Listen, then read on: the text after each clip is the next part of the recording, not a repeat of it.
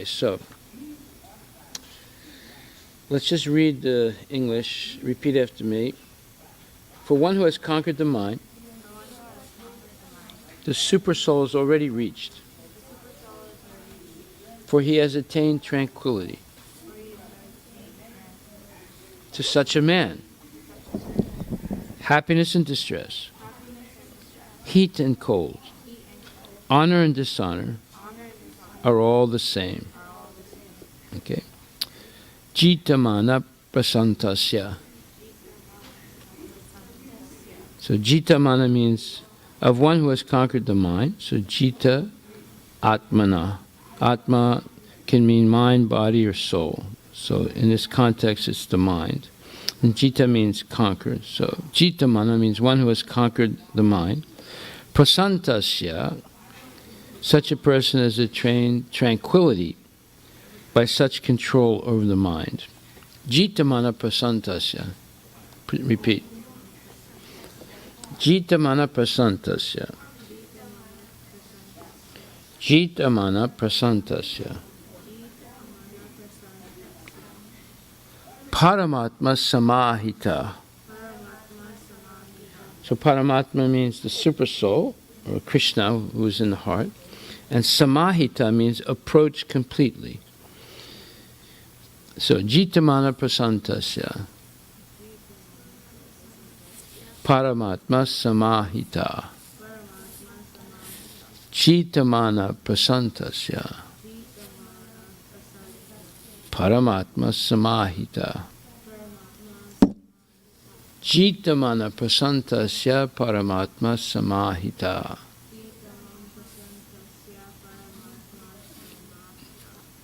So jitamana means one who has conquered the mind.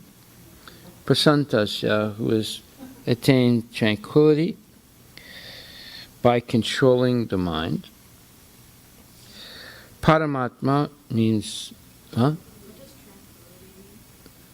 means you don't have a distressed mind. Your mind is peaceful always, right? Tranquil means you have no worries. You're not in anxiety. You're very peaceful. Jitamana prasantasya. Repeat. Jitamana prasantasya. So jitamana means one. Jita means conquer. Mana, atmana means the mind. One who has conquered the mind. Prasantasya is tranquil because of mind control, because the mind is control. Attain tranquility.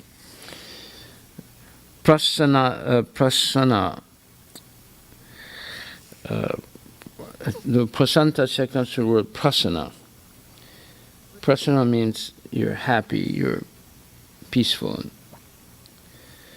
There's another verse. Let's see. Brahmabhuta prasantasya. Brahmabhuta prasantasya. It's 1854. Brahmabhuta prasantasya. I'm sorry. Brahmabhuta prasanna atma nasochiti nakangsati samaksarve sabhute su madbhaktin labhate param. So that verse says, Brahmabhuta prasanna atma. Prasanna atma. Prasanna means one is fully joyful. The atma can mean the mind or the soul. It's fully joyful. Prasanna. So and this one is prasantasya, one who has attained prasanna. Tranquility because of a control over the mind. Right? Jitamana prasantasya. Repeat. Jitamana prasantasya. Okay, don't look at the book. Just repeat. Jitamana prasantasya. Jitamana prasantasya. Jitamana prasantasya. Paramatma samahita. Paramatma samahita. Paramatma samahita. So Paramatma means the super soul.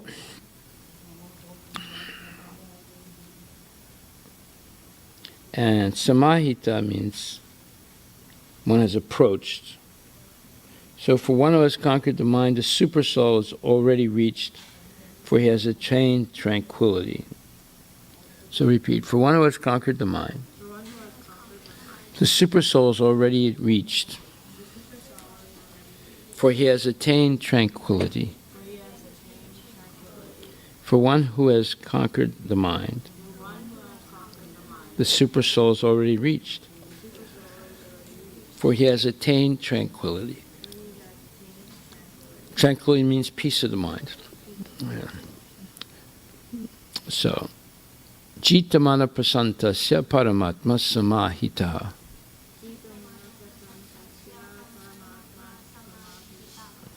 Jitamana prasantasya paramatma samahitaha.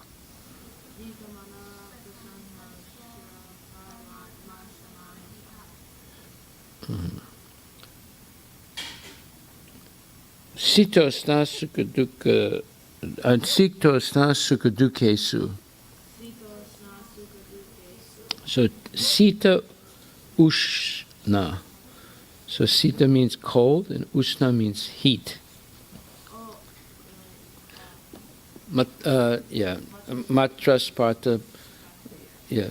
Sitosna sukadukadaha. Agama payano nityas tamstati. So sita means cold. Usna means heat, right? Sitosna sukadukesu. So sukha is happiness and dukesu is misery or distress. Shitosna sukadukesu. Right. Chitamana prasantasya paramatma samahitaha. Samahita. Sitosna sukadukesu.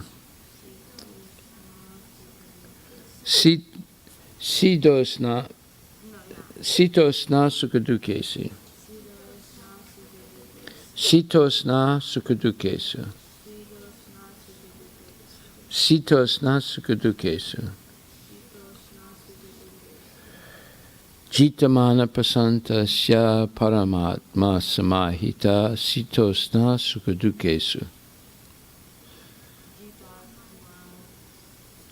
Jitamana prasantasya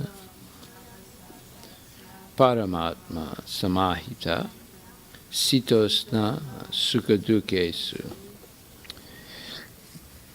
Sitosna sukadukesu. Tata mana pramanayo. Tata means also mana in honor, apamanayo and dishonor. So mana and apamanayo. So there's mana is honor and apamanayo means dishonor. So such a person remains tranquil in honor and dishonor, in cold and heat, in happiness and distress. Sitosna sukadukesu tata mana pramanayo. Sitosna sukadukesu. Sitosna sukadukesu. No, let me repeat after me. Sitosna sukadukesu tata mana pramanayo. Sitosna sukadukesu tata mana pramanayo. Jitamana prasantasya paramatma samahita sitosna sukadukesu tata mana pramanayo. Okay, we'll just take the first two lines, okay? Jitamana prasantasya paramatma samahita.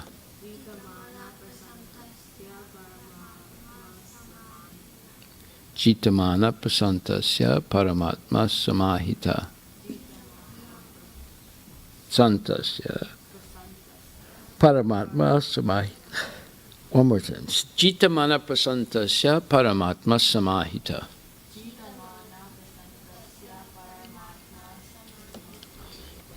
Right. Sitosna sukaduke su tata mana pramanayo.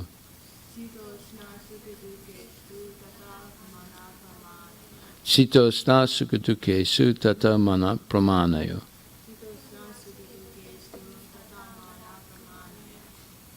Chitamana prasantasya paramatma samahita. Sitosna sukaduke su tata mana pramanayo. Chitamana prasantasya.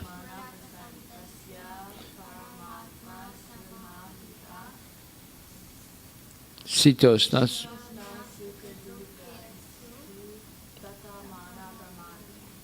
Very good. Chitamana prasantasya paramatma samahita. Sitosna sukaduke su tata mana pramanayo. Go ahead. No, chitamana.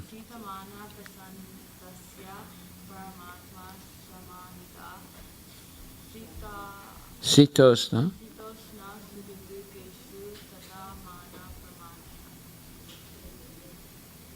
Yes. So one who has conquered the mind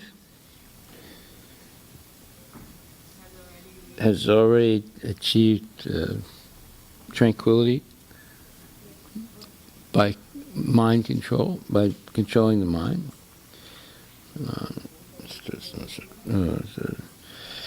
Chitamana prasantasya paramatma. So one who has conquered the mind, the super soul is already attained because he has super soul is already reached because he has attained tranquility of the mind. For one who has controlled the mind, the super soul is reached because he has attained tranquility of the mind. To such a man, cold and heat, distress and happiness, and fame and dishonor are all the same. Okay, so let's repeat this. For one who has conquered the mind, the super soul is already reached, for he has attained tranquility. To such a man, happiness and distress, heat and cold, honor and dishonor are all the same. Okay, so, all right, you can read the purport.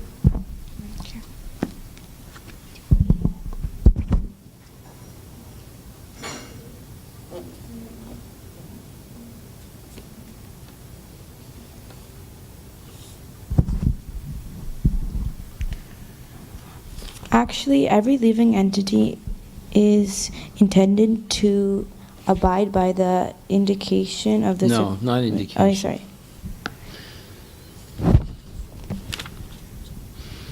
Dictation of the Supreme Personality. What does dictation mean? You say something and someone has to obey. What does it say that again? You say something and you have to follow immediately. Someone has to follow. Dictation is something that's spoken, but you usually understand that when you say the dictation of the Lord, whatever the Lord says, you have to follow. Okay. Read again. Okay. Actually, every living entity is intended to abide by the dictation of the Supreme Personality of Godhead, who is seated in everyone's heart as Paramatma. So what does it mean? Abide by the dictation of the Supreme Personality of Godhead. They have to go Obey. obey. Obey. Obey. Yeah. Abide by means obey. Obey. Go ahead. When the mind is misled by the... Misled. What? Misled. Okay, yeah. Not misled. misled. Misled. Sorry. Misled by the external illusory energy, one becomes entangled in material activities.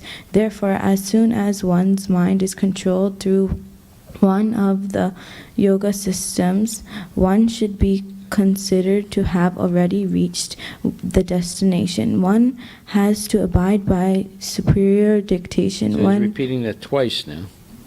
In the first line he said, every living entity is intended to abide by the dictation of the Supreme Personality of Godhead. Now he's saying, one has to abide by superior dictation. When one's mind is fixed on the superior nature, he has no alternative but to follow the dictation of the Supreme. The mind must admit some superior dictation and follow it. The effect of controlling the mind is that one automatically follows the dictation of the Paramatma or Supersoul.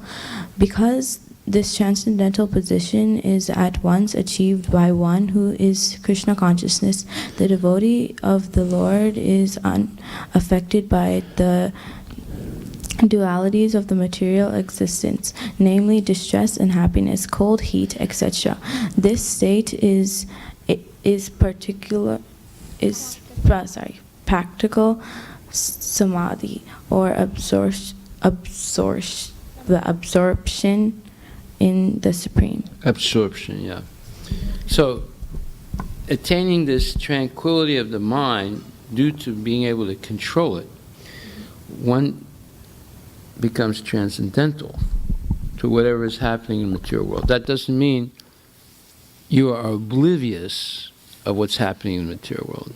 What does oblivious mean? O-B-L-I-V-I-O-U-S. Oblivious. O-B-L-I-V-I-O-U-S. If you're oblivious, well, yes, in the sense you don't really care. You're not aware at all because you don't really care. Let me just see the part, right? O-B-L-I-V. O-B-L-I-V-I-O-U-S.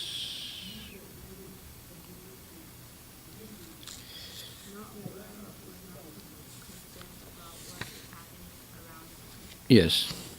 Oblivion means a state of forgotten, a state of being forgotten, or forgetfulness. So oblivious means you just forget everything. You're not aware, you're not concerned.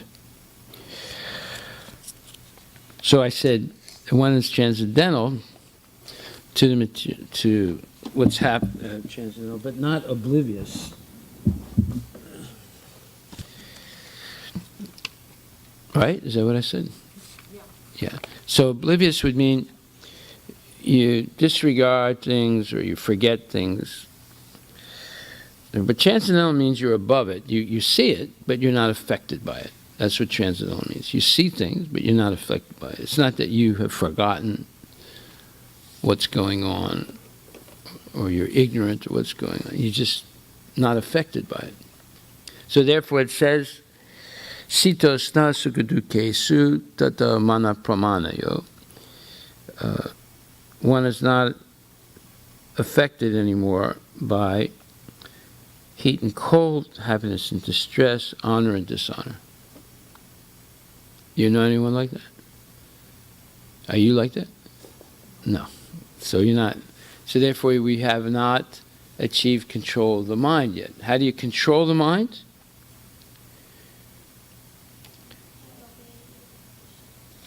Yes. Yeah. Every living entity is intended to abide by the dictation of the Supreme Personality of Godhead, who is seated in everyone's heart as Paramatma. The effect of controlling the mind is that one automatically follows the dictation of the Paramatma. When one's mind is fixed on a superior nature, he has no alternative but to follow the dictation of the Supreme. So how many times does he say dictation in this paragraph? Count them.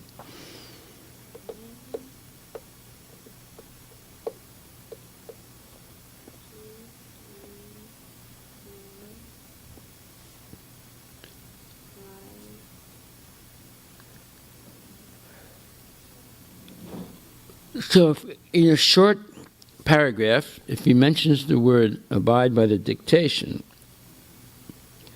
or follow the dictation of the Supreme, or abide by superior dictation, what does that mean? No, what does it mean that he mentioned it 5 times in a short paragraph? It's very important, utmost importance. So, how do we abide by the dictation of the Lord as Paramatma? Do you hear the Paramatma in your heart talking, telling you what to do?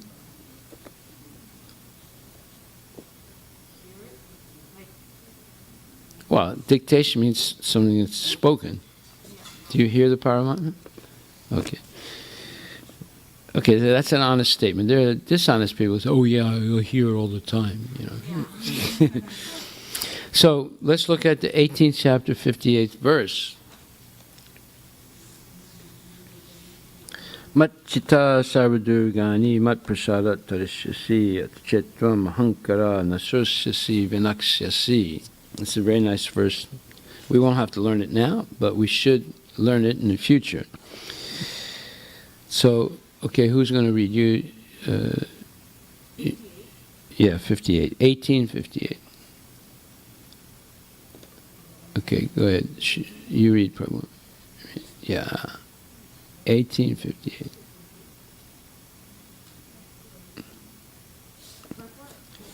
The English translation of the verse.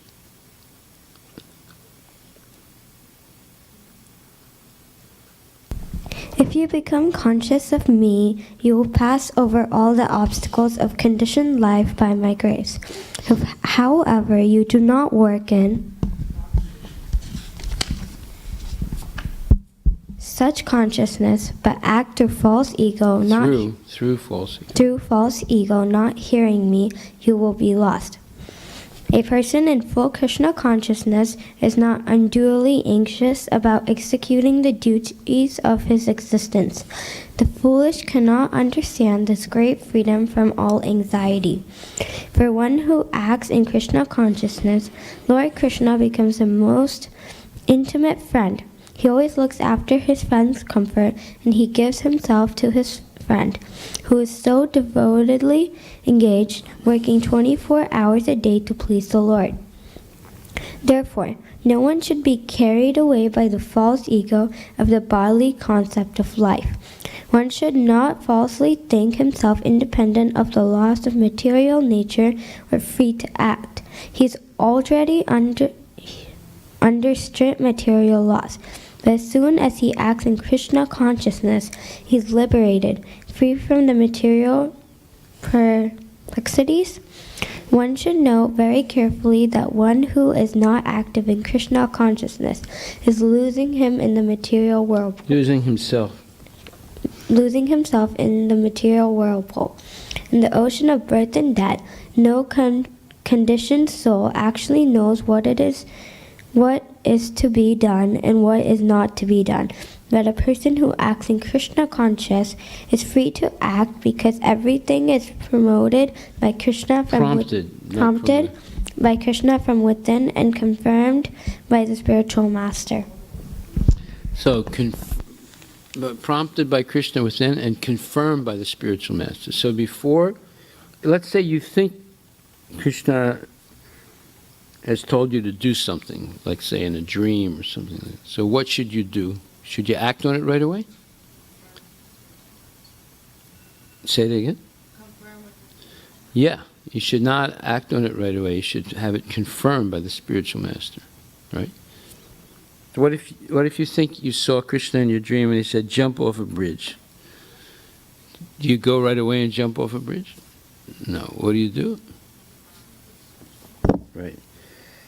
And therefore we say, Guru Mukha Padma Vaikya Chitete Kariya Aikya.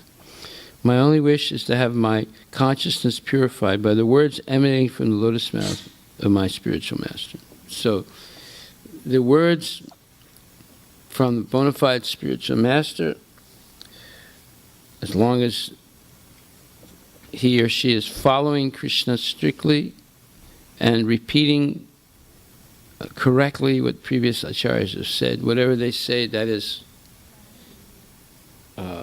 to be taken as a dictation from Krishna. So if the spiritual master says, please chant Hare Krishna 16 good rounds a day, you should take that as coming directly from Krishna. How do you know? Because Lord Chaitanya said, chant Hare Krishna. Lord Chaitanya is Krishna himself. So the spiritual master is simply repeating what Krishna has said. Okay, so now let's.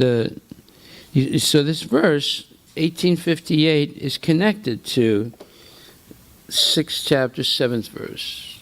Jitamana prasantasya paramatma samahita sitosna sukaduke su tata mana pramanayo. Okay, you repeat.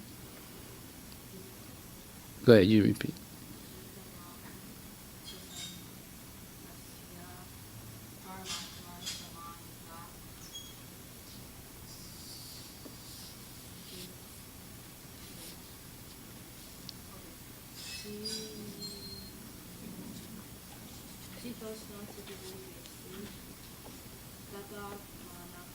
Okay, you say?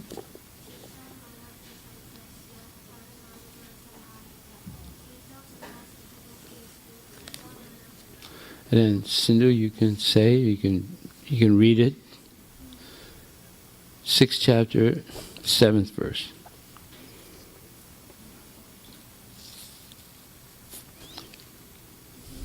Jitamana prasantasya paramatma samahita sitosna sukha dukkeshu tata mana pramanaya.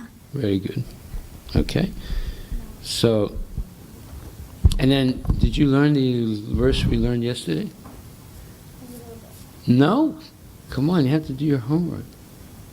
Jnana vijnana chiptatma kutasto vichitendriya yukta iti uchite yogi shama lostrasma kanchana. Okay? Let's say it together. You can read it. Jnana vijnana chiptatma kutasto vichitendriya yukta iti uchite yogi samalostrasma kanchana. A person is said to be established in self-realization and is called a yogi or mystic when he is fully satisfied by virtue of acquired knowledge and realization. Such a person is situated in transcendence and is self-controlled. He sees everything, whether it be pebble, stone, or gold, as the same. Right?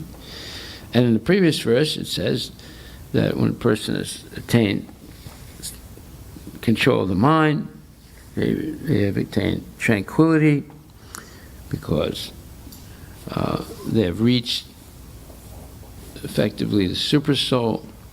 Therefore, for them, happiness and distress, cold and heat, honor and dishonor are the same. And then it says next, when you're established in self-realization, you're a yogi, and because you're fully satisfied by virtue of acquired knowledge and realization.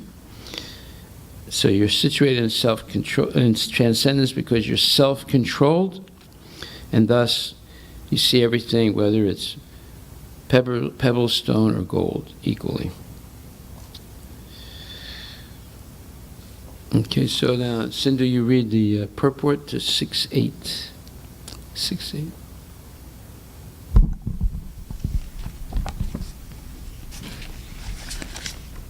Book knowledge without realization of the supreme truth is useless. This is stated as follows. Ata Shri Krishna namadi na bhaved grahyam indriye sevonmuktehi jivhado Yameva spuratyada. Very good. No one can understand the transcendental nature of the name, form, qualities, and pastimes of Sri Krishna through his materially contaminated senses.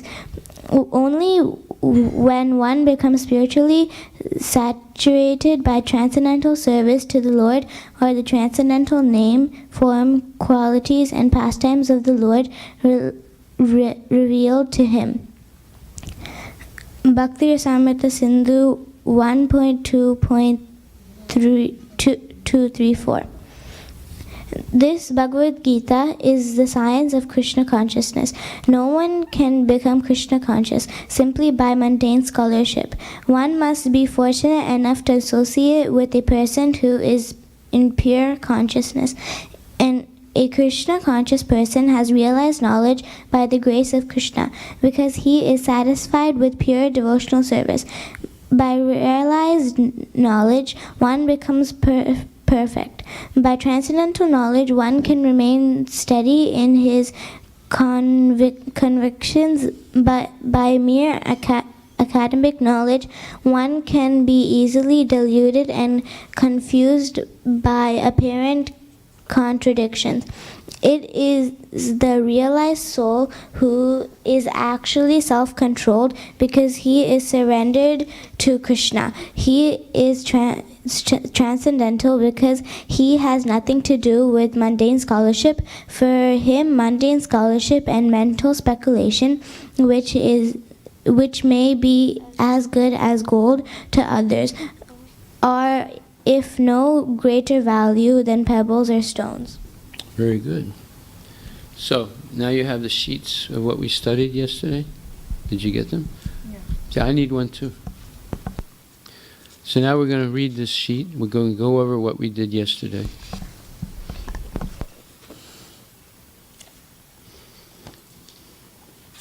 So far today we've learned one new word, oblivious. It means you forget everything.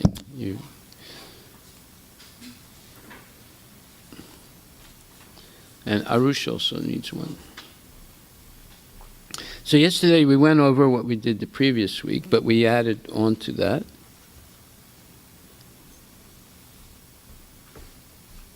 Okay.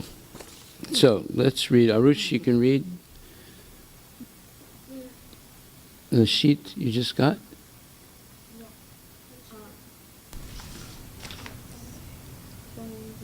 You read that? Go ahead.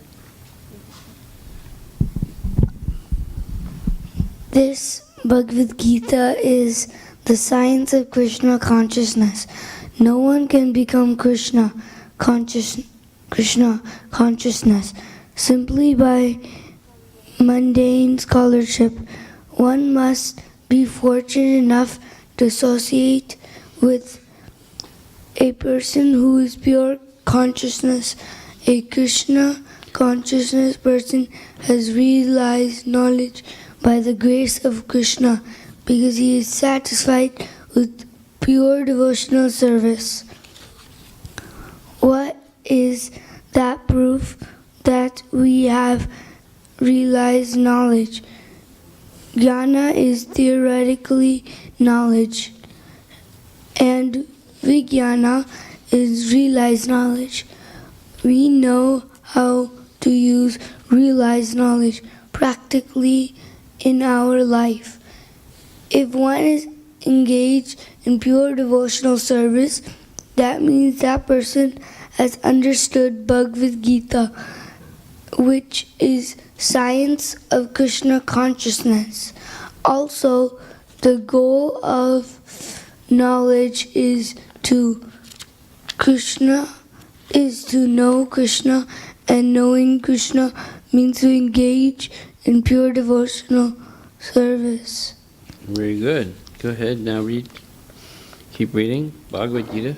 Bhagavad Gita 15.15 says, I am seated in everyone's heart, and from me come remembrance, knowledge, and forgetfulness. By all the Vedas, I am known indeed. I am to be known. I am to be known indeed. I am a compiler of the Vedanta and I am the knower of Vedas. Good. Okay, so you read Yamuna? The rest of this part is the stuff we just read. Huh? We just read the verse, the translation, and the purport. Sindhu just read. It's all right, go ahead, read it again. A person Jnana Vijnana Chittatma. Jnana Vijnana Chittatma Kutostu Vijatendriya Yukta iti ityuchite yogi Lostrasma. Kanchana. Kanchana means gold. Lostra asma. Lostra means pebble. Asma means stones. Yeah. Sama means with an equal mind, seeing equally. Go ahead. A person is said to be established in self-realization is called a yogi or mystic when he is fully satisfied by virtue of acquired knowledge and realization. Such a person is situated in transcendence and is self-controlled. He sees everything, whether it is pebbles, stones, or gold, as the same. What is the difference between sensual and sensuous? The terms share the root sense, which means to arouse the senses. To excite the senses. Yeah. Sensual has referred to gratifying carnal, especially sexual senses, since before 1425. Yeah, it was a word used, long time ago, and it means gratifying the body, especially in illicit activities. Next. Sensuous is believed to have been created by John Milton in 1641 to mean relating to the senses instead of the intellect without the sexual connection. No, connotation. Connotation means meaning. Connotation means the meaning, without reference to the meaning of gross bodily sense gratification. Go ahead. So there's a difference between sensual and sensuous. Sensuous means just relating to gratifying the senses, but no, gross, behavior. Just like normal sense gratification means you're hungry, you eat. Yeah. Your hunger is satisfied, like that. Okay. Sensual means gross sense gratification, something disgusting, right? Okay. Samalokshasmakanchana means one is equipoised. Equipoised means evenness of mind or steadiness of mind, seeing pebbles, stones, and gold equally. Transcendental means that the person is not interested in anything material but in advancing spiritually. So that doesn't mean that person ignores material things. That means they use material things for a spiritual purpose. Okay? But they're not interested in using material things for personal sense gratification. They want to use it in the service of Krishna. Okay, go ahead. By transcendental knowledge, one can remain steady in his convictions. Convictions means things that you believe to be true. You're convinced that they're true. Like Krishna is the Supreme Personality of Godhead, Prabhupada is a pure devotee, and the purpose of life is to be engaged in Krishna's service. Okay. Go ahead. But by mere academic knowledge, one can easily be deluded and confused by apparent contradictions. Things that seem contrary. Like, for example, Krishna says, Tad ejati, tad nejati, tad dure, tad vantike, tad antrasya sarvasya, tadu sarvasya bhayata. He says, I'm very far away, but yet I'm very near. So someone who has only academic knowledge says, well, wait a minute, that's a contradiction. That doesn't make sense. How can it be very far away and very near? Why is that a contradiction? Because you and I cannot be far away and very near at the same time. So for a materialist who only has academic knowledge, he thinks, oh, this is nonsense. This is like a fairy tale. How can you be far away and near at the same time? Because I can't do it, I think that Krishna can't do it either. Therefore, it has to be fictional, has to be made up, has to be some type of fantasy story like Alice in Wonderland, right? But that's only because I'm judging Krishna to be limited like myself. Therefore, I see a contradiction. Whereas for Krishna, there's no contradiction. He can be far away and very near at the same time by expanding himself. Okay, go ahead. Academic knowledge teaches us to doubt and question everything. No, academic knowledge. Yeah. Yeah. Okay, academic knowledge teaches us to doubt and question everything, even Krishna. Then it teaches us the theory of evolution that says everything happened by cause. Therefore, chance. Therefore, when kids are not taught Krishna consciousness at home, go to school, they start believing that what is taught in school. They start believing what is taught in school.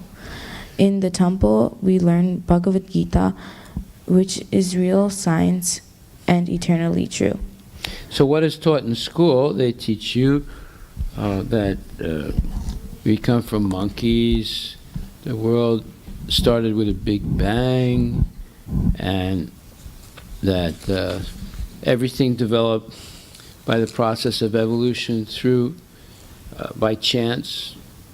There's nobody, no intelligent being, no God, and they call that science. Actually, it's science fiction. It's not real science. So, what do you learn in school? One, everything started, creation started with a big bang.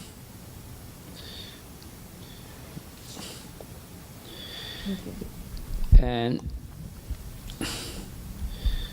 all forms of life happen by chance.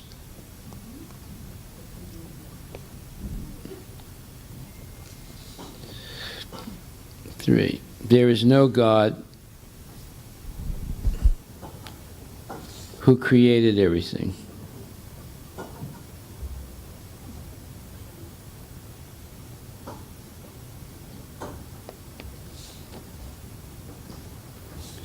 And purpose of life is to enjoy the senses and the mind. Okay? Is that what they learn in public schools? Huh? Yeah. What was the first? Creation started with a big bang.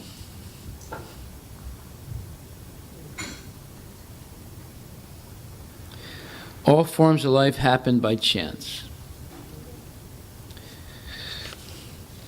And they develop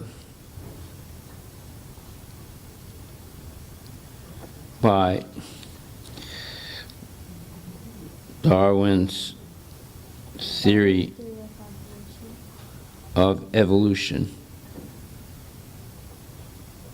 Did they teach you that? Did they teach you that in your school? Yeah? They talk about evolution? Mm-hmm. Yes? Yeah. They didn't say anything about Krishna, right?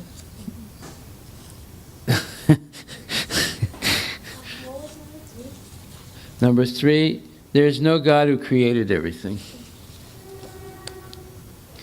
You can believe. They'll say, well, you can believe it if you want to, but that's not science.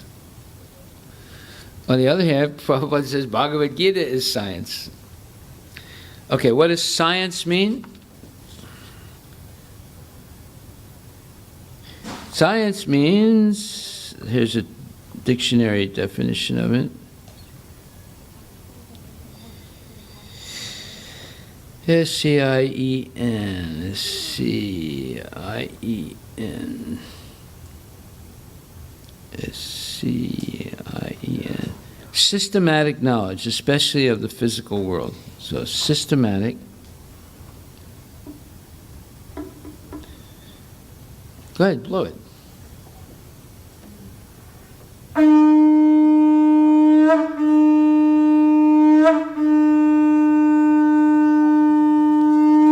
Systematic knowledge, especially of the material world. So is Darwin's theory of evolution systematic knowledge? No, it's a speculation. There's nothing systematic about it. They try and make it look like it's systematic, but there's no proof, and there's no... it's not really knowledge of how things happen. But they claim it. Guys, you see it on?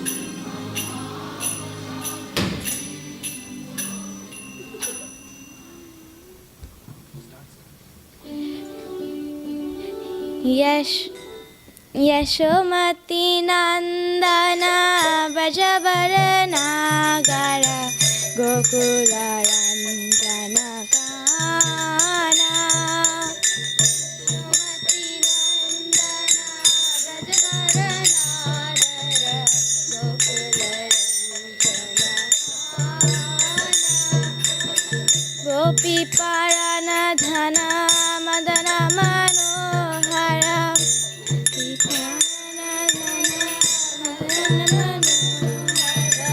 Kaliya दमन विदाना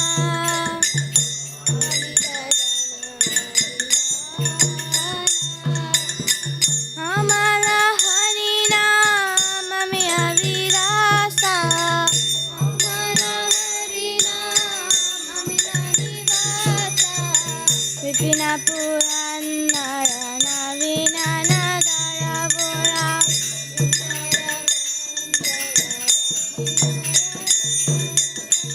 हम शिवगान सुआसा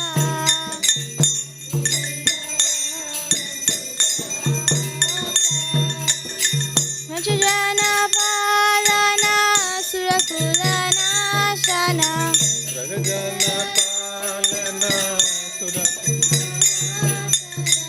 नंद गोधन रखवाला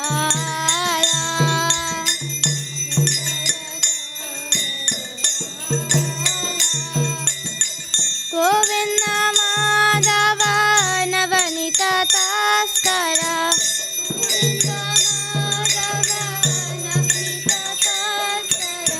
सुंदर नंद गोपाल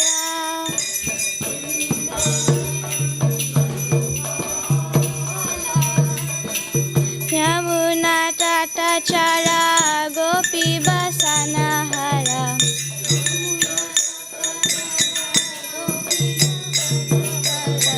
रास रसिका कृपा मोरा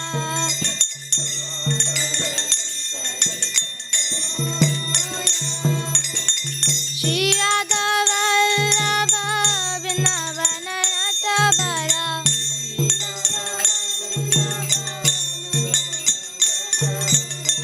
भक्ति विनोदाशाया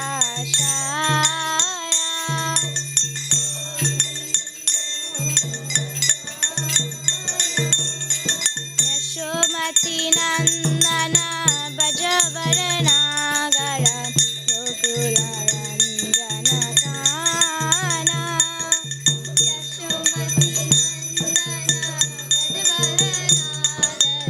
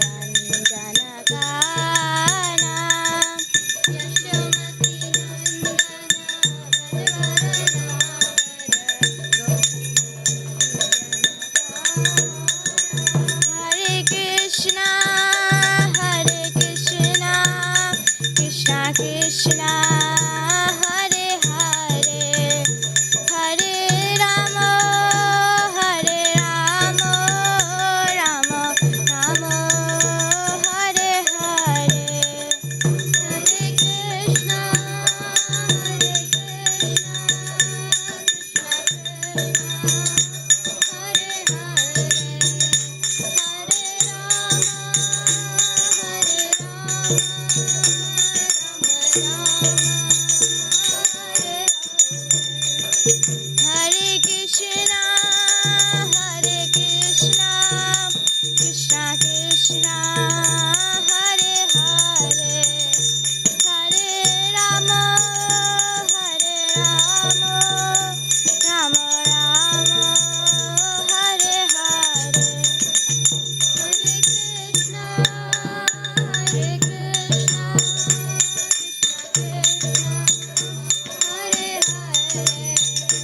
Hare Rama,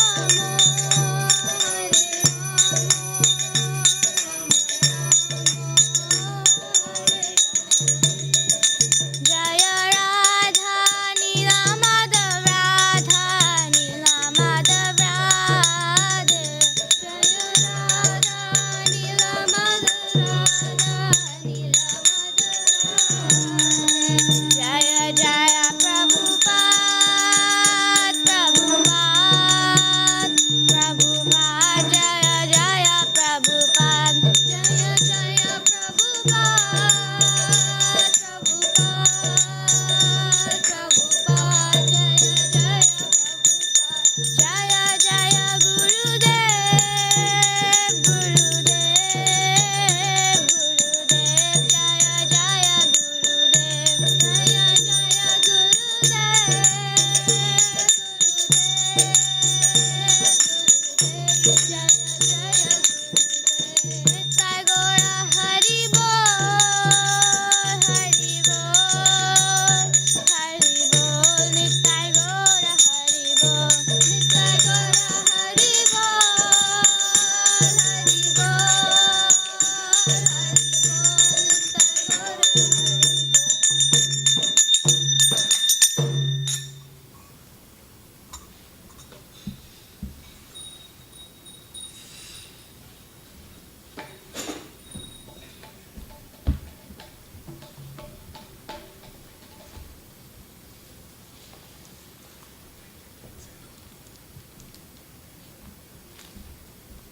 जय Vishnupad Paramhans परिव्राजकाचार्य अष्टोत्तर शतश्री Shrimad AC Bhaktivedanta स्वामी श्रील प्रभुपाद की जय विष्णुपाद परमहंस परिव्राजकाचार्य अष्टोत्तर शतश्री श्रीमद् एसी भक्तिवेदांत स्वामी महाराज श्रील प्रभुपाद की अनंत कोटि वैष्णववृंद की नामाचार्य श्रील हरिदास ठाकुर की इस्कॉन फाउंडर आचार्य श्रील प्रभुपाद की प्रेम से कहो श्री कृष्ण चैतन्य प्रभु नित्यानंद श्री अद्वैत गदाधर शिवासादि गौर भक्तवृंद की श्री श्री राधा कृष्ण गोप गोपीनाथ श्याम कुंड राधा कुंड गिरि गोवर्धन की राधा नील माधव की श्री वृंदावन धाम की श्री मायापुर धाम की जगन्नाथपुर धाम की गंगा माई की यमुना माई की भक्ति देवी की तुलसी देवी की श्री हरिनाम संकीर्तन की बृहद मृदंग की सामवेद भक्तवृंद की गौर प्रेमानंदे all grace assembled devotees, all grace assembled devotees, all grace assembled devotees, all grace to Shri Guru and Shri Gauranga, all grace to Shri Prabhupada ki.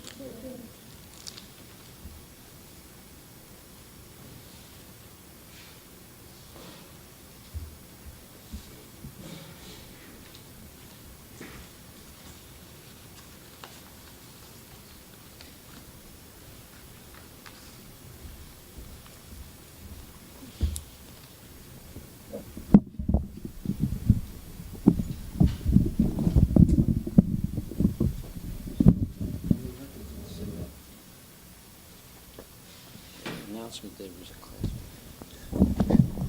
He sent it at 8 o'clock, 8:10 this morning. Okay, but anyway, okay. Okay, so we just said that in the normal schools, they say that creation started with a big bang. All forms of life happen by chance. There's no God. All life forms happen by chance, and they develop by Darwin's theory of evolution. Number 3, there's no God who created everything. And the purpose of life is to enjoy the senses and the mind.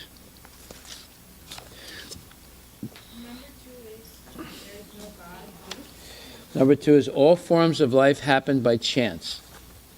happened accidentally, let's say. Right?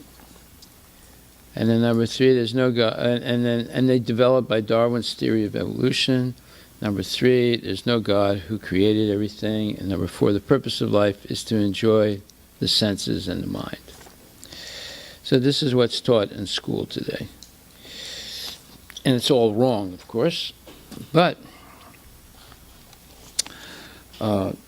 unfortunately, kids are obliged to learn it.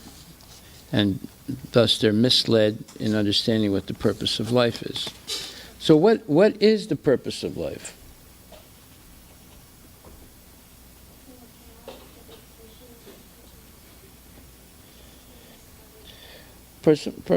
Well, the purpose of life is to understand who you are. It's called self-realization. Now, we have discussed this before, but we'll just go over it one more time. What does self-realization mean? Who can explain? Yes.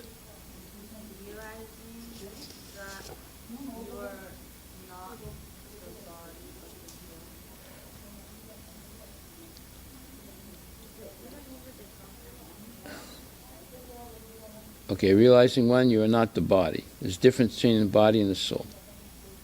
Right? Is that all? Okay, can't you remember?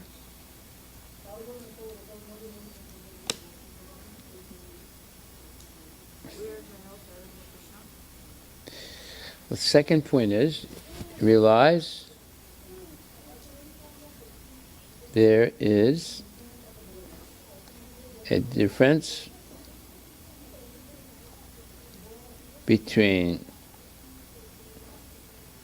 the individual soul, jiva,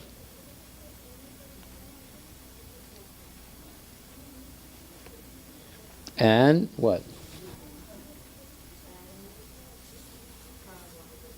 Yes, and Paramatma,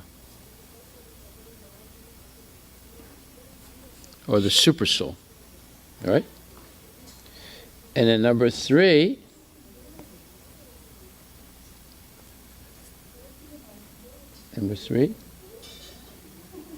come on, we've discussed this many times. What is self-realization? First step is to understand the difference between the body and the soul. Second step is to understand the difference between the individual jiva, or individual soul, and Paramatma, the super soul. Okay? So what is number 3?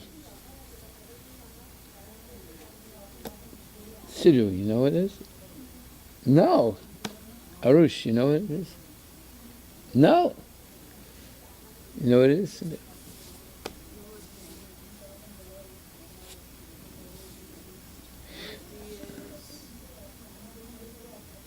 Know that Paramatma,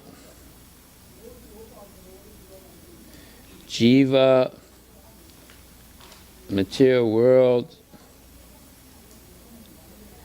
and all incarnations come from Krishna, the Supreme Personality of Godhead. Okay? That's called self-realization. And then number 3, number 4, and then number 4 is know that I am the eternal what? Servant of Krishna. That's called self-realization. Hare Krishna. Okay. So Arush, can you summarize those 4 points? Self-realization, what is it? You explain. 1.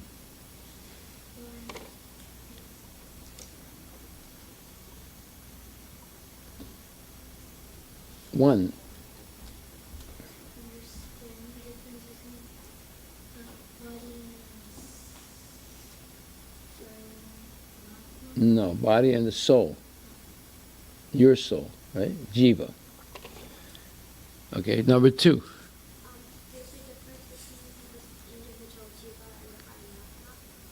Yes, number 3, Sindhu.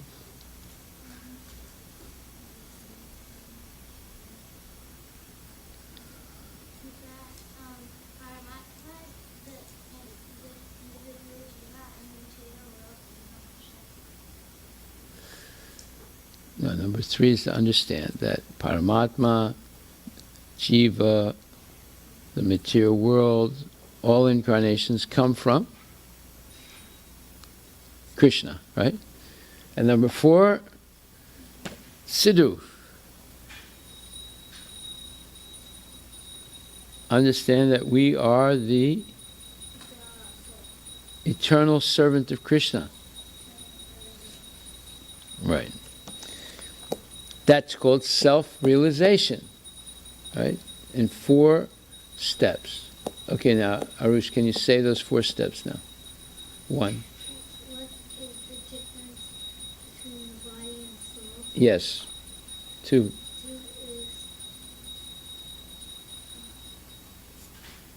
Difference between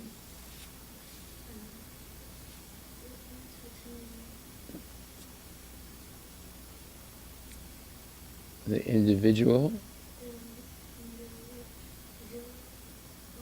soul and Paramatma, the super soul. And number 3, to know that the Paramatma, the individual soul, the material nature, all incarnations of God come from Krishna. And number 4,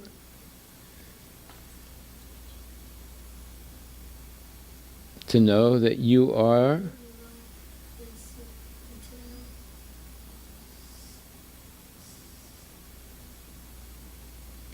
eternal what? Servant of Krishna. Okay, that's self-realization. Okay? We have to learn these things. We've gone over it many times before. You have to learn these things.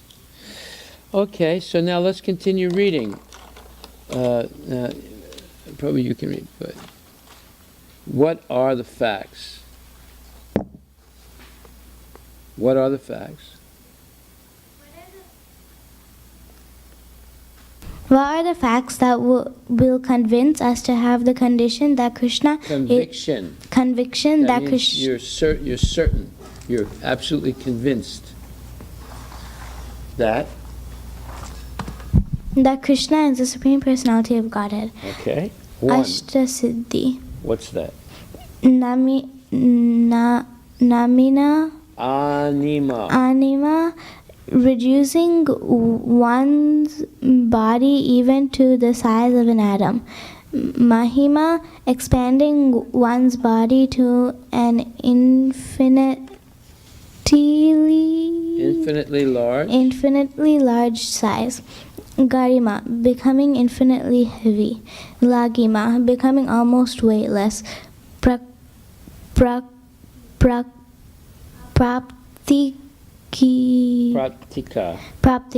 having unrestricted access to all places. Prakamya, realizing whatever one desires. Isitva, possessing absolute lordship. Vasitva, the power to subjugate all. Yeah. Subjugate means make someone completely under your control. Subjugate. Make them a subject to your control.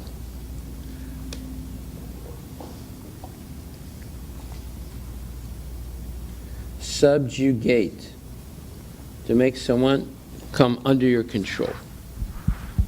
Let me just double check that. S-U-B-J-U.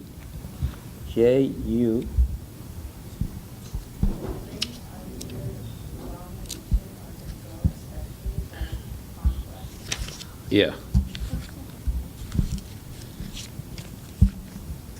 Subjugate.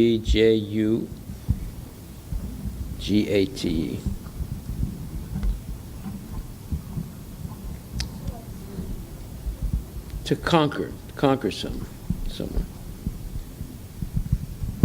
Subjugate, to conquer, to control someone, bring them under your control. Okay? Subjugate. Sadaishwarya, 6 opulences: beauty, fame, power, knowledge, wealth, and renunciation. Aja, incredible mystic powers that contradict nature, not influenced by time and material world. Statement of the Acharyas and Krishna's statements. Example of Krishna's activities that are mutually contradicting. Krishna is bigger. Actually, it should be mutually contradictive. IVE. Contradictive. No, let me just think. Mutually okay, contradicting. You can say I'm sorry. Go ahead. I think the word should be contradictive, but let me just check that.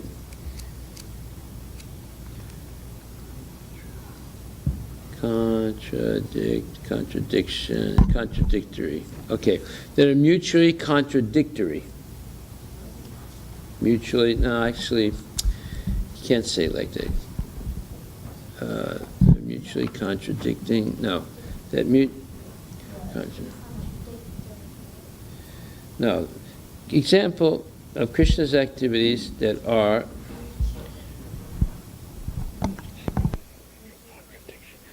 a mutually contradiction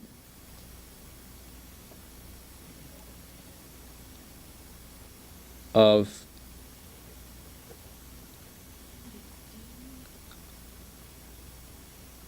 that are a mutual contradiction of life, of normal life. And this is coming from the Brahma Samhita. Let me look it up.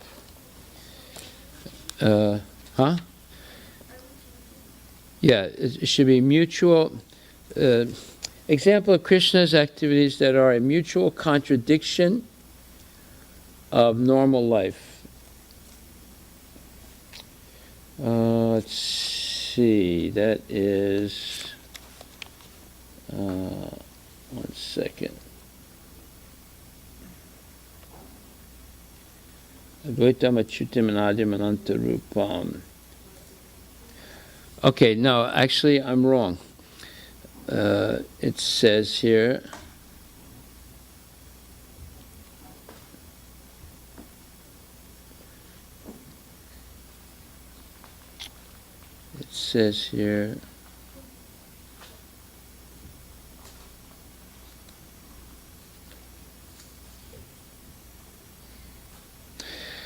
he possesses diverse and apparently mutually contradictory qualities. That's the correct way to say it. Contradictory. So, example of Krishna's activities that are mutually contradictory.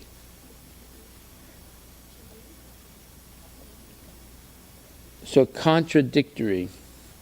Contradictory. It's very important that we speak proper English. Contradictory. Contradictory.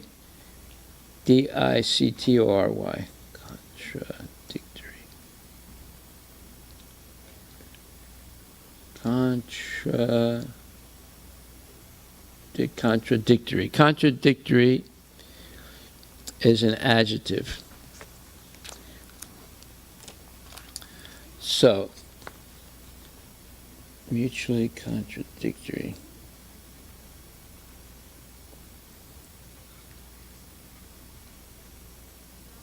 You have to say that example of Krishna's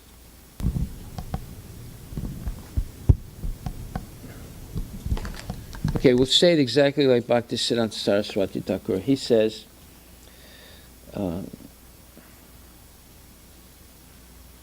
Krishna possesses diverse and apparently mutually contradictory qualities. That is correct English. So let's write this down.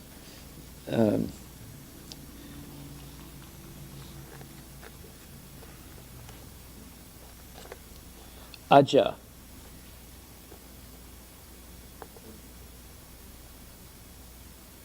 So example of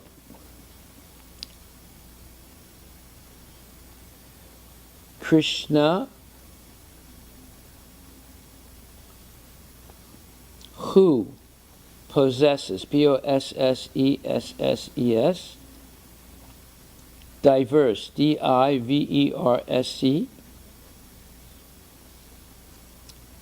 and apparently, Apparently,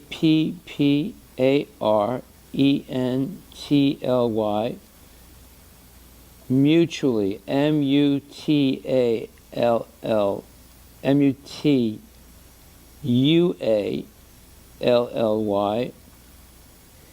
contradictory, Contradictory,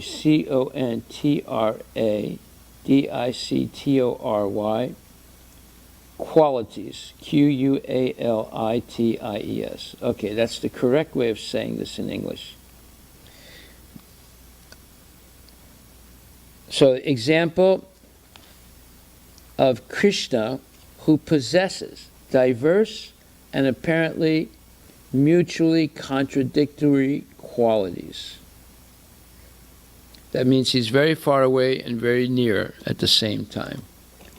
He is bigger than the biggest and he's smaller than the smallest.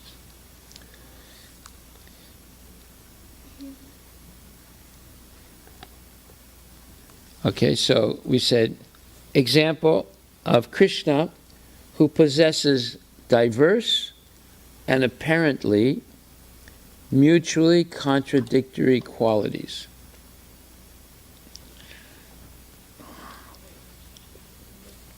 Yes.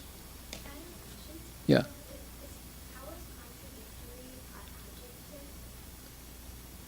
Yeah. How is it an adjective? Because it qualifies qualities. Qualities is a noun, and the word that qualifies it. So it qualifies it means it adds to the meaning. Yes. So contra means against. So and then dict means statement. So it's against the statement, right?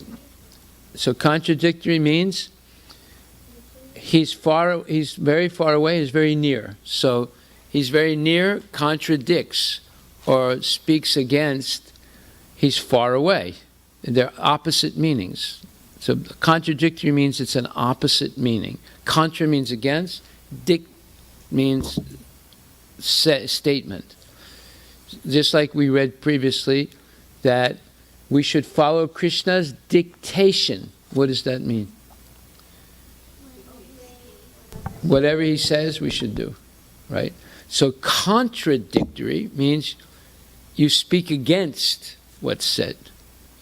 So when he has mutually contradictory qualities, contradictory is an adjective that is qualifying qualities. He has qualities that contradict nature or normal behavior. So he's very far away, he's very near, he's bigger than the biggest, and he's smaller than the smallest. These are all contradictory qualities. When he's bigger than the biggest, that means no one is bigger than him. Then it says he's smaller than the smallest. That means there's nobody smaller than him. There's nothing smaller than him. So that's contradictory qualities. They're opposite to each other. Yes. Yeah. So that's mutually that means at the same time they contradict each other. That means bigger than the biggest, smaller than the smallest. Very far away, but very near. Yes.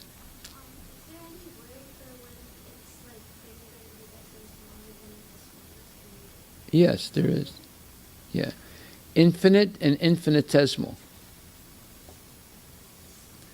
What does infinitesimal mean? Extremely small. And what does infinite mean? Unlimitedly. And infinitesimal means unlimitedly small, and infinite means unlimitedly expansive. Right? Okay, so we learned what mutually contradictory qualities means, right? That at the same time, he's bigger than the biggest, and he's smaller than the smallest. He's very far away, but he's very near. Okay. So materialistic people cannot understand this. So they say it's all fictional. What does that mean? It's all fictional. Yeah, it's all made up. It's not real. No one can have mutually contradictory qualities. Well, yeah, no ordinary person, but Krishna can, because he's not an ordinary person. He's Supreme Personality of Godhead. He has unlimited potencies. Potencies means powers. He has unlimited powers. Okay, so let's keep reading this. Who's reading now? Sindhu? Chinmay, you want to read? Okay, she can read, yes?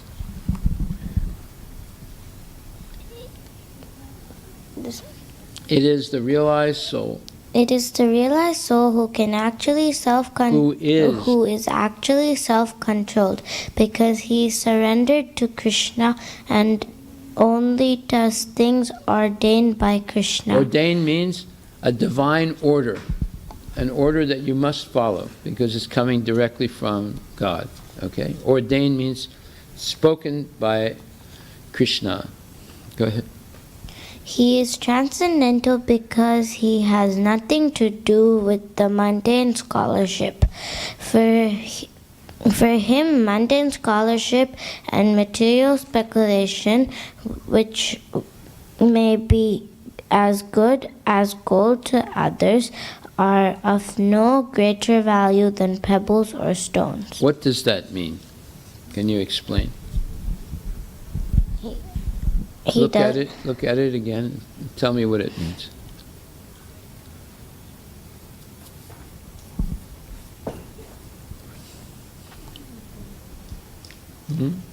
Try. Give it a try.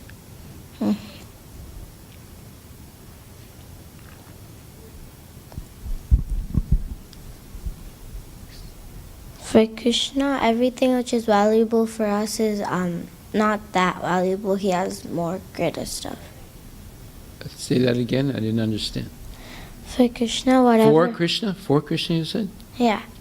For Krishna, whatever we have is not that valuable. He has more valuable stuff. Okay. Yeah. Let me see. Well, what do we have that's not valuable? Mundane scholarship. Okay. What does that mean? We named 4 points of mundane scholarship. Creation started with a big bang. All forms of life happened by chance, and they developed by Darwin's theory of evolution. There is no God who created everything, and the purpose of life is to enjoy the senses and the mind, or sense gratification. So that's called mundane scholarship. It's based on speculation. And so what did you say? Krishna doesn't have, for Krishna, whatever we have is not great for him. He has more greater stuff. Yeah. He's not interested in mundane scholarship and mental speculation. So for Krishna, what we consider great, like mundane scholarship, when I say we, materialistic people, not necessarily you and me, but materialistic people. Mundane scholarship and mental speculation is great, but for Krishna it has no more value than pebbles and stones. In other words, it's worthless. Okay, go ahead. What does speculation mean? Means making up something when you do not know the real answer. What is Atam? So it's misspelled. It's not Atamavan, but Atmavan. A-T, cross out the A, second A. A-T-M-A-V-A-N. Atmavan. What is Atmavan Manyate Jagat? Example: two fishes were looking at the moon and talking to each other. Fish 1: Hey, what is it up there? Fish 2: It's a fish. Fish 1: How come it's so shiny? Fish 2: Because it's a shiny fish. Fish 1: Now I understand. So, do you understand what's being said by this example?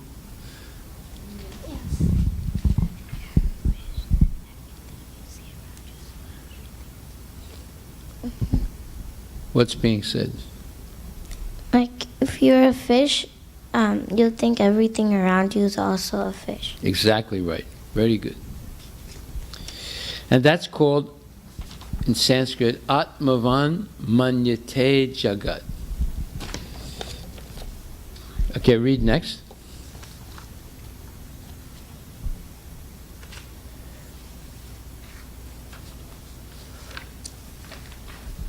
This Atmavan Manyate Jagat. This is. Okay.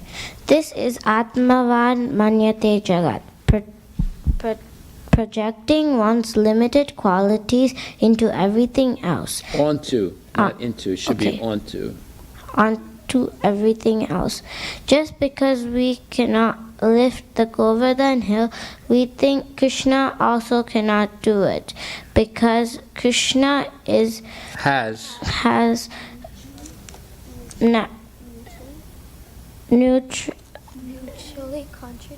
neutrally contradictory qualities.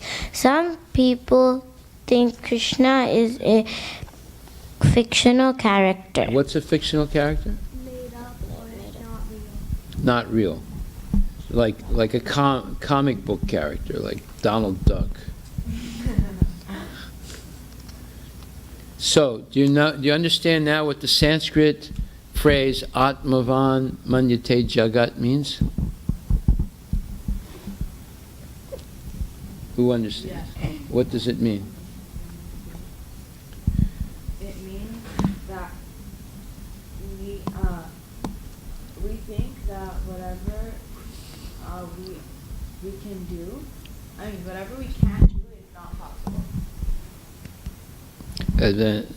We think that whatever we're not able to do is not possible for Krishna also. Yeah, for everyone. For anybody else. We project our own limitations onto whatever we see. So the two fish, they projected their own limitation onto the moon. They're looking at the moon and they think the moon is another fish like them. Right? That's projecting your limited qualities onto everything you see. Okay, now continue reading. Who's going to read next? Sidhu. 22nd. This is what we learned yesterday. Go ahead. Fry the fish in its own oil. In 1971, Srila Prabhupada took Karandar told Karandar that his vision for New Dwarka. New Dwarka is the temple in Los Angeles. New Dwarka went way beyond just the building that we had bought for the world headquarters. They had bought one church building that they converted into a temple. So they had one building, and they paid cash for it. Go ahead. They paid it off right away. He wanted us to buy one residential buildings and use it. No, one. It's not buildings. It should cross out the S. One residential building. One residential building and use its collaterals. Collateral, not cross out the S also. It should just be collateral. collateral to get loans to buy more buildings. Okay, what does collateral mean? Collateral means the credit that you have, or good credit that you have, or actually collateral means the value of the building that you have. So if I buy a building and pay cash, then the entire value of the building is my collateral. In other words, it's an asset that's free of all debts. So if I bought a building for $1 million, right, that means I have a potential of $1 million collateral or value. And using that, I can get a loan from a bank, because if they won't give me $1 million, but they could give me $300,000 or $400,000 loan, because I'm able, if I can't pay the loan, then the bank can sell the building and get their money back, because it's worth much more than what they loaned me. That's called collateral. Okay? So go ahead, keep reading. So Prabhupada's saying, you buy one building and pay it off completely, and then you use the collateral, the value of the asset that you have, to get loans to buy more buildings. Because the bank's loaning you money is protected by the collateral, or the value of the asset you have, that building that you own. How do you take more loans? No, you go to the bank and say, I want to buy another building.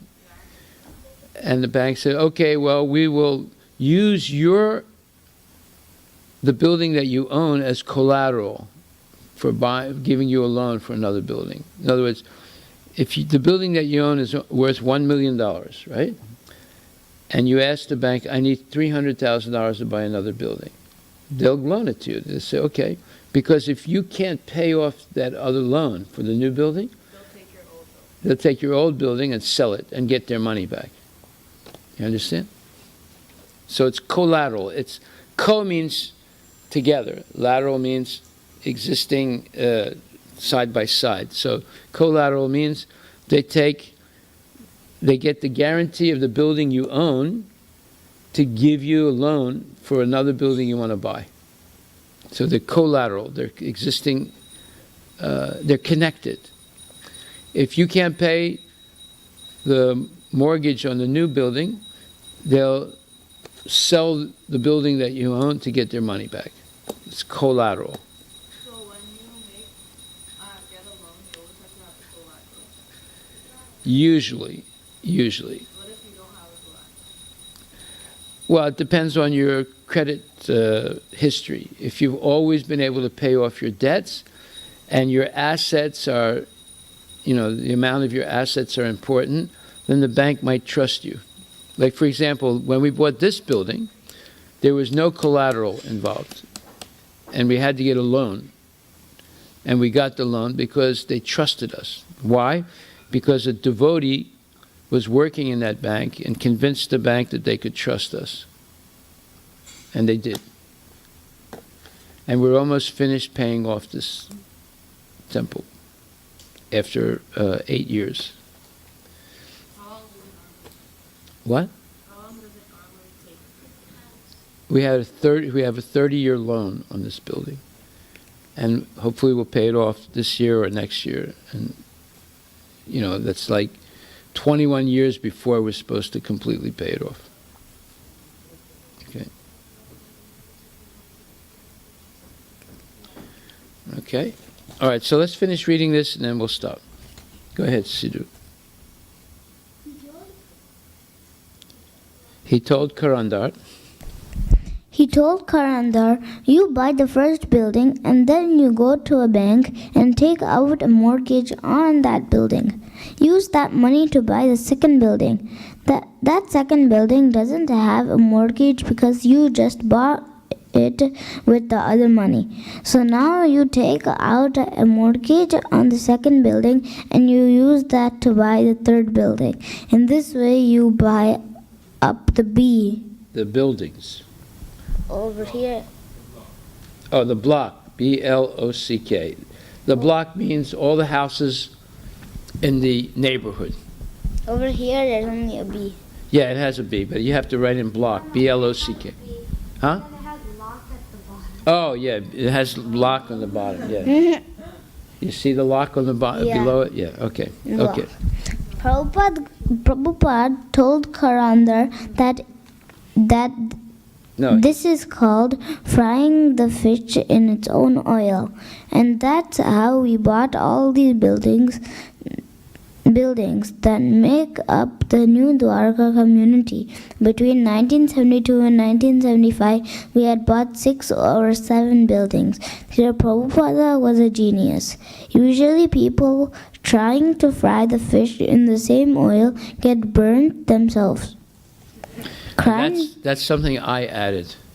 See, you want to fry the fish in its own oil. So here Prabhupada gives an example. You buy one building cash, and then you get a loan based on that building's equity. Equity means the cost of that building that you paid off is an asset that you have. So based on that asset, you get a loan to buy a second building that you pay off cash. And based on the equity of the second building, you get another loan to buy a third building. But it'll only work if each successive building costs less than the previous building that you bought. Usually banks, now maybe back in 1979, banks were a lot more liberal, but usually today they will only loan you 1/3 the amount of the assets that you have. What is an asset? Asset means I bought a building cash for $1 million, so therefore my asset is $1 million. Asset means what I own, clear and without debt. How do you spell it? A-S-S-E-T. A-S-S-E-T. Useful or valuable thing, person, or quality. What does it say? A useful or valuable thing, person, or quality. And then the second one is property owned by a person or a company regarded having value and available to meet debts. Asset means a property that you own, clear of all debt. You understand? And another meaning of asset is some quality that you have, like you're a good singer or you're a good artist, right? So it has different meanings. But the normal meaning of it is it's some property that you own without any debt.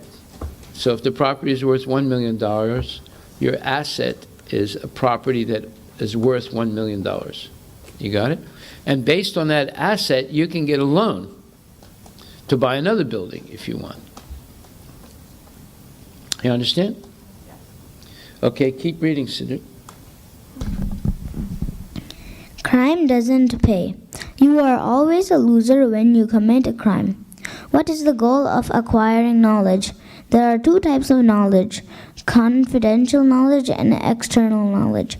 How is a person satisfied by getting material knowledge?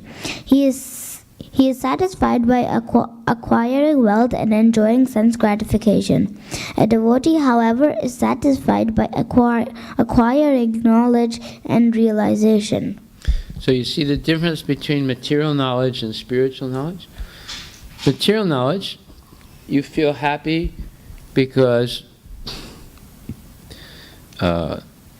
material knowledge might lead to you having a good job and you get money and you enjoy sense gratification. But spiritual knowledge, you're satisfied by the knowledge itself of Krishna and the self-realization that you attain by that knowledge. So material knowledge, you're may lead to happiness through wealth and sense gratification.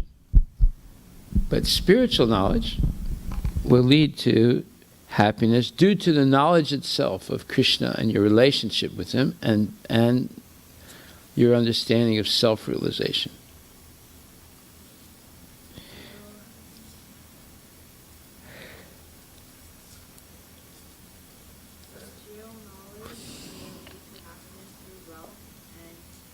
Sense gratification. But that happiness is temporary, right? How long will you live to enjoy the wealth? How long will you live to enjoy sense gratification? But spiritual knowledge will give you knowledge of Krishna, by which you'll be self-realized and you'll go back to Godhead for eternal life and eternal happiness. There's a big difference. Okay, read some more. Misery likes company. If you are miserable, you like the people around you also to be miserable, just like Eve, who convinced Adam also to eat the apple from the tree of knowledge and evil.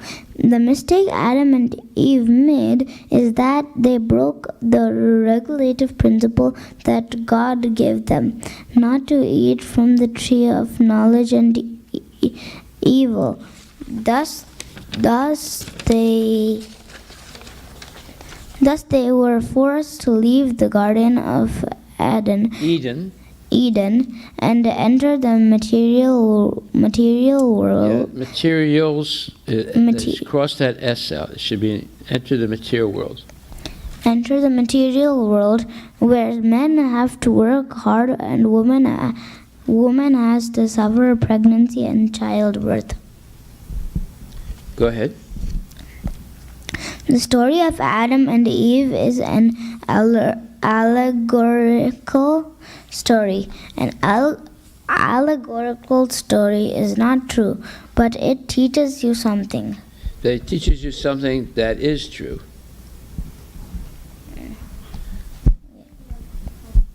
Should I read?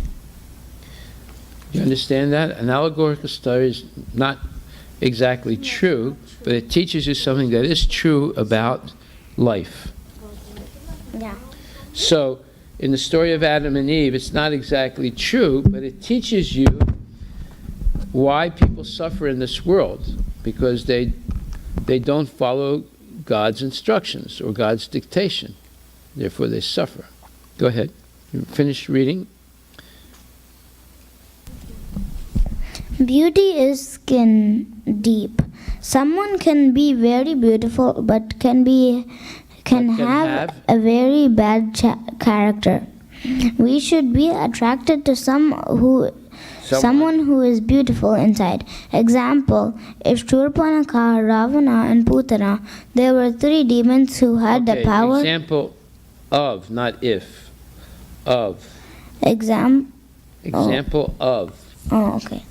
Example of Shurpanakha, Ravana and Putana. They were 3 demons who had the power to transform their ugly body into beautiful body to perform evil acts. If you judge a devotee who has a physical disability, that is an offense. We should judge people by their character. Bhagavad Gita 13:8-12. 20 points of real knowledge and character. Amanitvam abandhitvam ahimsa kshantir arjavam acharyopasanam saucham staryam atma vinigraha. Amanitvam, be humble but not a humbug. Okay, cross out It should be humble but not humbug. Be humble but not a humbug. No, cross out It should just be humble but not humbug. Why not? You can tell your friends that, oh, be humble but not humbug. And they'll say, where'd you learn that?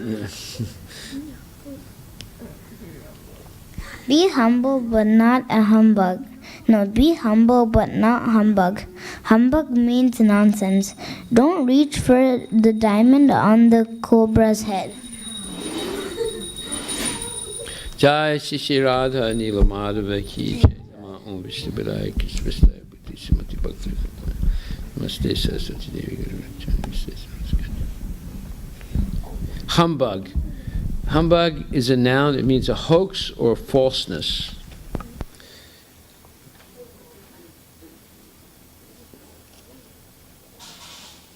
So it basically means nonsense, but someone who's humbug, they're just a phony. They're just false. They're a hoax. Hoax means it's just a joke. You know. So be humble, not humbug. Okay, so now our homework tomorrow, for next week is? No, tomorrow's Monday, right? Yeah, but tomorrow we have a regular class, in which there is homework for that also. This is for next week's Saturday and Sunday class. Homework.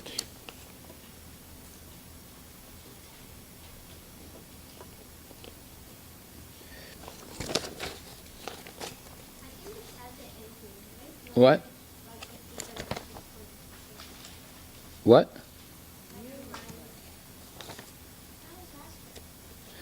Homework. Okay, memorize Bhagavad Gita 6.7 and 8. All right, you should already know 8. And today we studied 7. So you have to memorize the Sanskrit verses. Right? That means Jitamana prasantasya paramatma samahita sitosna sukaduke su tata mana pramana yo jnana vijnana triptatma vijita kutasto vijitatmana yukta iti uchite yogi samalustra smakanchana. Okay? You have to memorize those 2 words.